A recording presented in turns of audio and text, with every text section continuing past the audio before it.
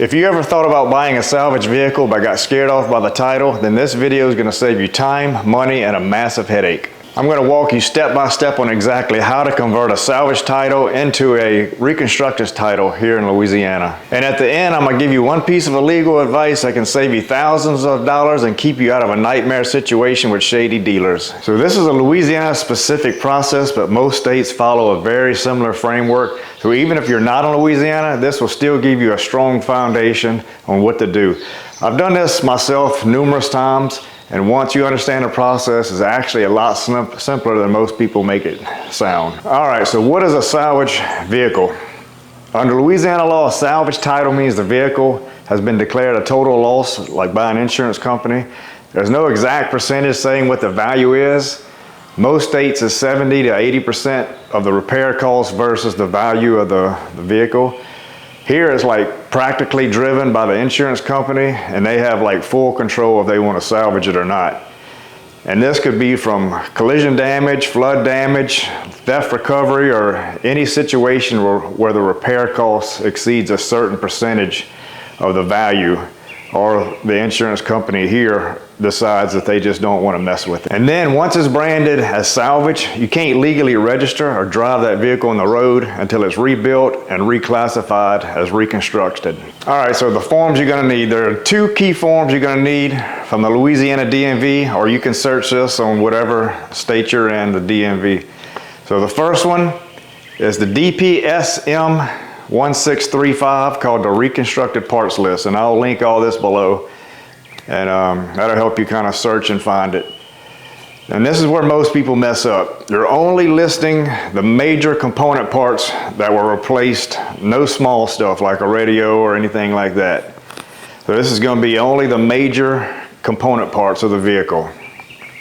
So it's going to be like, just say the engine, transmission, frame components, major body panels like a fender, hood, stuff like that. And then for each major component part that you change, you're going to need a receipt, or let's say you got it from another vehicle, you're going to need that VIN number, and you're going to fill this out. I'm going to show you all this up close. And this is how the state makes sure you're not running a chop shop or using stolen parts from somebody else. And then the second form, so there's only two forms. The second form is DPSMV 1637, and this is the actual application for the reconstructed title. And this one is super straightforward, very easy. So on this one, you're just basically like filling out your name, all that kind of stuff, listing. You're gonna list the vehicle information.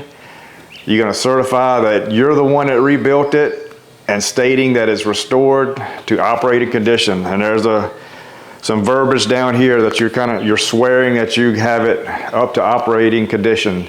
And there's nothing complicated here, but it has to be done accurate. And I'll show you exactly how to fill it out.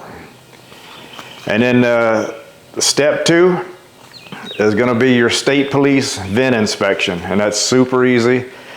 Here, the state police is not inspecting your quality of work. All they're doing is inspecting that the VIN number matches the title that you have. So when you're ready for your state police VIN inspection, I used to just call them and they would come over to my house like whenever they had a free minute, but now like staffing's getting harder and harder for them, and less and less people, so they have an inspection every Tuesday and Thursday at the local office. So I just run up there, and you could bring it. You don't have to have it repaired first. You can bring it on a vehicle still completely wrecked, and all they're doing is checking the VIN number. Or you can get insurance on the vehicle and drive it there, and if you ever get stopped, they told me just show them the paperwork and you're fine. But you show up at the office, they look at the VIN, they look at your title, make sure it matches, they enter it in a computer, and that goes to the DMV. And that's the third piece of information that you need to get it all done. So let's take a look at these forms and go over those a little better. All right, so these are the two forms. We'll go over the reconstructed parts list first. So you're gonna put your name, you're gonna fill out the VIN number, and then check off basically the component parts. So these are basically the only component parts they really care about. So they don't care about the small stuff. If you needed a tire, rim, a radio, a seat is just the major stuff. Then you're going to list it here and then include a receipt. But if you have a VIN number and no receipt, you'll put the VIN number of that vehicle. And this is, let's see, where is it at? DPSMV 1635. You can search that and that'll get you this form. And then this one is the actual application. You're gonna fill this out. Not a dealer, so I'm an individual. And then you're gonna put the VIN number. And then on the title, it's gonna have this number. So you'll put that on there. And let's see. And then this is where I'm saying this is a salvage vehicle, reconstructed to the operating condition. All right, yeah, so this one is where you're swearing that you rebuilt it to the operating condition.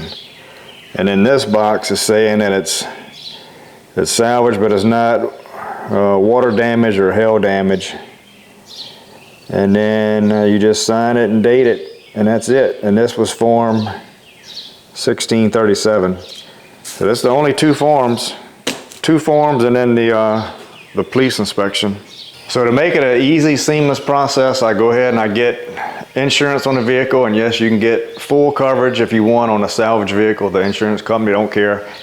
I get the insurance, I get those two forms I just filled out, bill of sale, title, and then any receipts that I have, I bring all that with me to the state police. They do their inspection.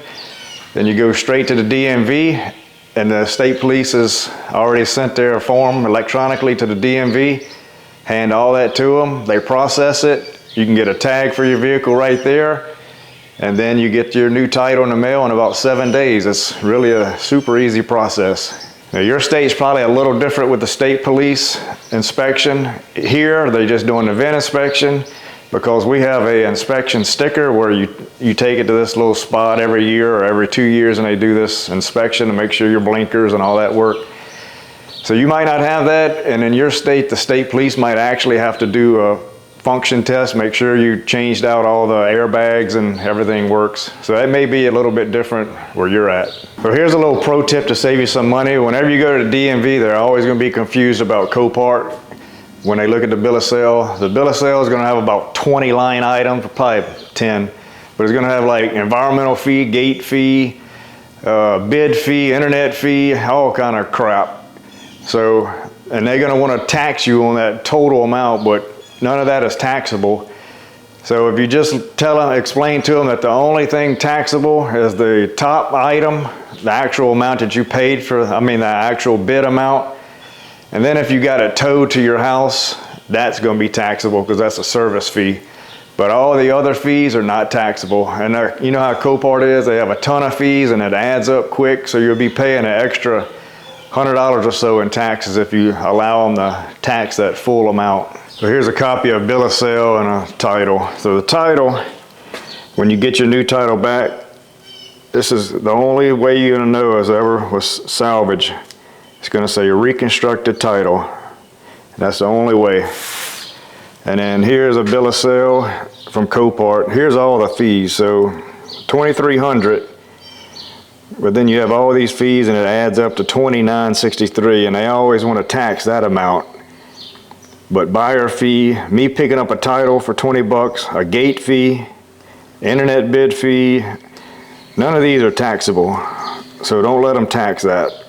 And the higher the sale price, the higher this percentage goes up. So this may be an extra 1,000 or so more. So you got to watch that. So here's my best legal advice: is be very careful when buying a used vehicle, like on Marketplace or from a small dealership that still has a salvage title, but they rebuilt it. And here's why: because if they never completed all the paperwork in the process of submitting everything through the DMV, then you're not going to have the parts receipts. You're not going to be able to sign the section where it says that you're the rebuilder. So you legally can't do it. And then you're going to be stuck with their mess. Best case is you're going to have to get an affidavit notarized from the seller saying that they are the ones that did it. But it's going to be a huge headache, and it's not something you're really going to want to deal with. And another issue that you could run into is when they got it, they didn't pay the taxes. So you're going to have to pay taxes twice. You're going to have to pay their tax and your tax. So it's a nightmare. It's not something that you want to deal with. I see these on Facebook Marketplace all the time, and I'll message them, and they tell me it's a completely rebuilt, but it still has a salvage title, and you want to stay far away from that. It's not worth it. If you get a salvage title, it's best just to go straight to Copart, get it there. That way you have clean paperwork that can be traced back, and it's 100% yours. So hopefully I made this confusing and scary process seem a little bit easier, and that way you can understand how to do it. That way, if you want to get into this kind of stuff, flipping vehicles on the side, you'll know how.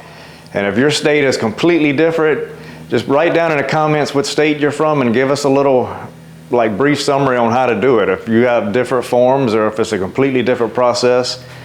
And that way maybe somebody from your state can go in the comments and see that too and help them out.